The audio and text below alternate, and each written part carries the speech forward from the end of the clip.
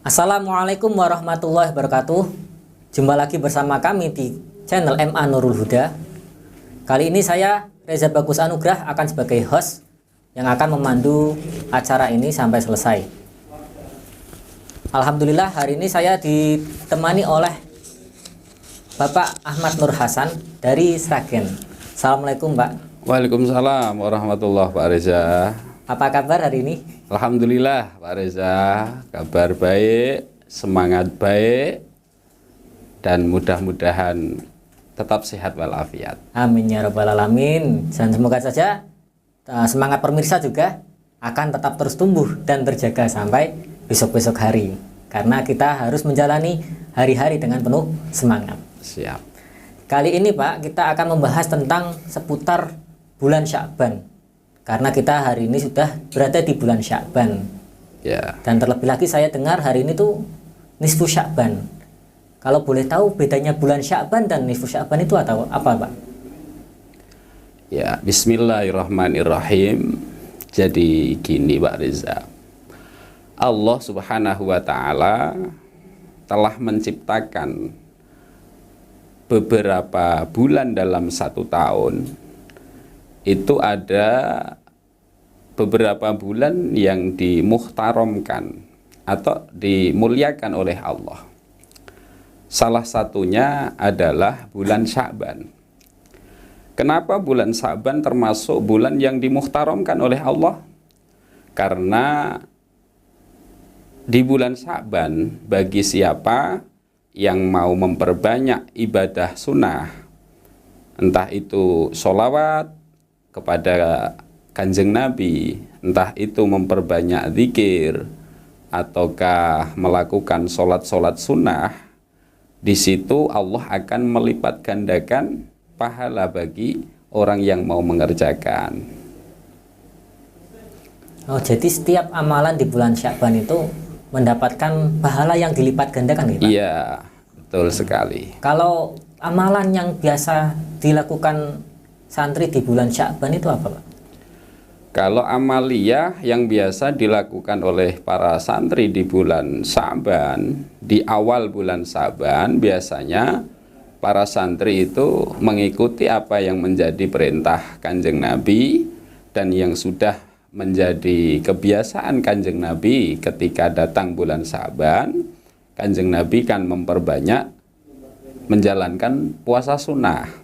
Jadi para santri juga ketika masuk di awal bulan Sya'ban, para santri juga mengikuti. Di siangnya mereka menjalankan puasa sunnah. Lah, nanti ketika sudah masuk di tanggal pertengahan atau yang dinamakan nisfu Sya'ban, di tanggal 14 malam 15 Sya'ban yang biasa disebut dengan nisfu Sya'ban, para santri itu mengadakan kegiatan yang lebih daripada tanggal dan hari-hari sebelumnya. Nah, kegiatan yang dilakukan biasanya malam 15 nisfu Sya'ban atau yang dinamakan nisfu Sya'ban, itu ba'dal maghrib para santri mengerjakan sholat sunnah. Kemudian ditambah dengan membaca surat Yasin yang dibaca sampai 3 kali. Terus kemudian ditambah zikir-zikir, wirid, dan sebagainya. Itu. Kalau untuk orang awam, Pak, soalnya kan di sini juga banyak pemirsa yang dari kalangan masyarakat umum. Kan mereka kan sibuk bekerja, tidak mungkin belum cukup waktunya untuk mengikuti kegiatan-kegiatan di masjid atau musola terdekat. Apakah ada amalan lain selain membaca Yasin atau zikir di masjid atau musola untuk orang awam? Jadi kalau kita berbicara orang awam atau yang biasa dilakukan oleh warga masyarakat di kampung kita gitu aja. Di kampung kita. Ketika sudah masuk di bulan Sya'ban, apalagi sudah di pertengahan yang namanya nisfu Sya'ban, orang-orang di sekitar kita itu mengadakan ritual ruahan. Nah, itu biasa dilakukan sebelum tanggal 15 atau pas tanggal 15. mereka menyebut dengan ruahan atau disebut dengan nyadranan atau bancaan yang dilakukan di makom atau di kuburan-kuburan para leluhur. Nah, di situ sebelum diadakan ritual bancaan, bahasa orang dusun kita itu biasanya diadakan bacaan Yasin, terus diadakan tahlilan bersama. Bancaan nyadran itu sejenis sedekah ya Pak? Iya, itu kalau bahasa orang Jawa, ya, orang awam, kalau istilahnya melafalkan bahasa sedekah itu kok kayaknya masih sulit. Mereka lebih paham dengan bahasa sodakoan, bancaan, atau nyadranan. Tapi maksud dan tujuannya adalah sama, hanya semata-mata kepengen ibadah dan menunjukkan mereka itu syukur kepada Allah. Dan tapi berbagi. Cuman bahasanya yang berbeda. Bahasanya untuk masyarakat Jawa khususnya. Iya, betul, ya. Oh, saya dengar-dengar sedekah itu salah satunya juga senyum. Berarti senyum di bulan Sa'ban itu berarti pahalanya banyak ya Pak? Iya, jadi untuk masalah senyum gini Pak Reza. Gimana? Kalau senyum yang dinilai ibadah itu bukan hanya di bulan Sa'ban saja.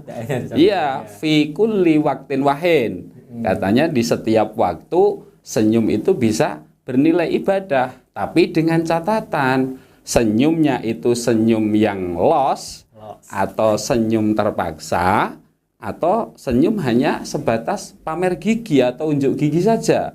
Senyum formalitas. Iya, kalau senyumnya hanya unjuk gigi atau senyum yang terpaksa, itu tidak mendapatkan pahala, tapi malah madorot bagi dirinya karena dia pasti tertekan, berat, gitu loh. Ya seharusnya seperti apa senyumnya itu? Senyum yang berpahala itu biasanya senyum yang dilakukan dengan happy. Dirinya senyum happy, melihat orang lain, di hatinya itu tumbuh rasa suka atau seneng, bukan suka dalam arti mencintai, bukan, tapi bahagialah kategorinya. Itu senyum yang seperti itu. Tapi senyum terhadap lawan jenis juga bikin bahagia tuh Pak. Iya, tapi kan di situ ada gini Mas, artian biasanya nek senyum itu pasti cinta. Lah cinta di situ kan banyak artian dari kata cinta. Cinta itu bukan berarti kepengen, atau cinta itu berarti mohon maaf ada unsur nafsu atau apa, itu enggak. Jadi kata cinta itu maknanya lebih luas bagi saya, kan seperti itu. Ya. Silakan diminum dulu Pak. Oh ya, siap ya, terima kasih. Ya, sambil ngobrol sambil ngopi, ngolah pikir. Siap. Ngolah pikir atau ngobrol perkara iman. Ya. Karena nggak jauh kita dari pembahasannya dari agama ya. Sedekah ya. Kalau sedekah itu kan biasanya tidak jauh konteksnya dari harta ya, tadi seperti nyadran atau ruahan. Intinya sedekah itu kan biasanya menggunakan harta. Nah, kalau orang yang tidak mampu itu bagaimana Pak? Misal belum ada uang mau sedekah itu bagaimana ini? Iya, biasanya gini Mas. Kalau di tempat kita atau jamaah di kampung kita lah. Kalau nanti semisal mau ada acara sodakoan bareng misalnya. Terus ada 1-2 warga yang memang tidak mampu. Itu nek hari ini kok kayaknya sudah tidak ada. Karena biasanya mereka itu sudah jauh-jauh itu mempersiapkan diri untuk bagaimana nanti menyambut peristiwa atau adat yang sudah mereka lakukan bertahun-tahun. Jadi sudah mempersiapkan ayam, sudah mempersiapkan nanti yang akan dibikin sajian itu sudah. Tapi kalau misal memang dia tidak mampu untuk membeli ayam, atau pas hari itu juga tidak punya beras, tidak punya uang untuk beli lauk pauk, biasanya mereka tetap gabung, tetap kumpul di acara yang tidak begitu membutuhkan biaya. Apa itu? Yaitu berkumpul-kumpul di musola atau di masjid, Ya, melakukan gerakan kebaikan. Setelah sholat berzikiran mesti ada bancaan. Ada bancaan. Nah, ya, jadi yang tidak mengeluarkan kan bisa mengeluarkan tenaga untuk rewang, ya, atau kalau tidak ya mengeluarkan tenaga untuk makan tadi. Makan Ya, itu juga dihitung, Pak. iya, karena makan itu kan membutuhkan tenaga. Iya, jadi kalau tidak mampu secara ekonomi, tidak mampu apa ya biasanya cukup untuk rewang atau beliau-beliau datang untuk bareng-bareng makan. Hanya itu aja. Tapi memang kalau melihat masyarakat kita itu sekarang sepertinya sudah banyak yang mampu. Alhamdulillah, untuk hari ini sudah banyak yang mampu. Sekarang hampir rata-rata punya HP sekarang ya.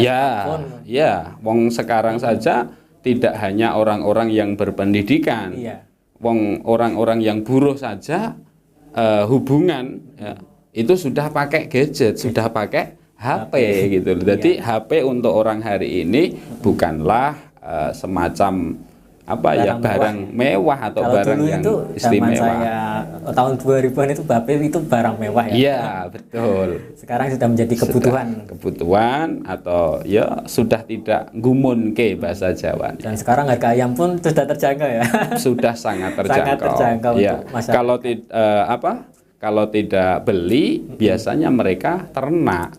Jadi kalau orang kampung itu biasanya sudah nernak ayam Jawa jauh-jauh hari. Iya, jauh-jauh hari sudah disiapkan. Mau nggak punya bingung kok untuk mempersiapkan kan gitu. Sama biasanya saya juga lihat di masyarakat itu kalau mau lebaran itu sudah jauh-jauh hari nabung ayam. Iya, betul. Nabung ayam di rumahnya, di kandangnya.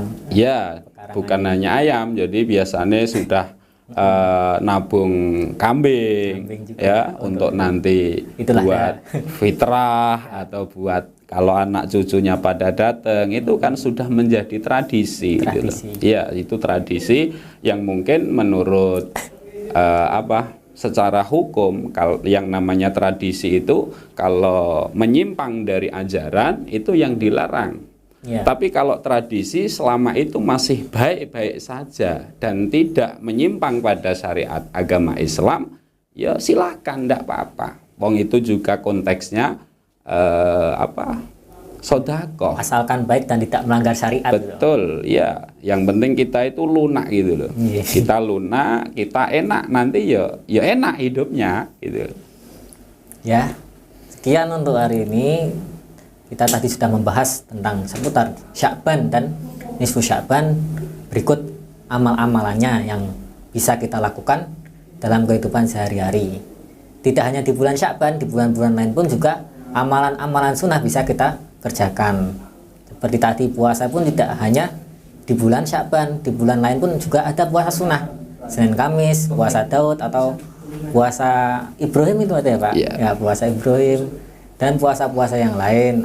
Bersedekah pun tidak harus menunggu bulan Sya'ban, tapi di bulan Sya'ban itu dilipat gandakan karena itu sebagai laporan kita kepada Allah karena diangkat itu ya Pak. Iya. Amalan-amalan itu. Jadi amal ibadah manusia selama 1 tahun yang sudah direkap sama Raqib dan sama malaikat atid, ya kan? Itu nanti di bulan Sya'ban. Wakila di tanggal 15 tadi itu akan dilaporkan kepada Allah Subhanahu wa taala. Nah, dengan adanya amaliyah itu semoga saja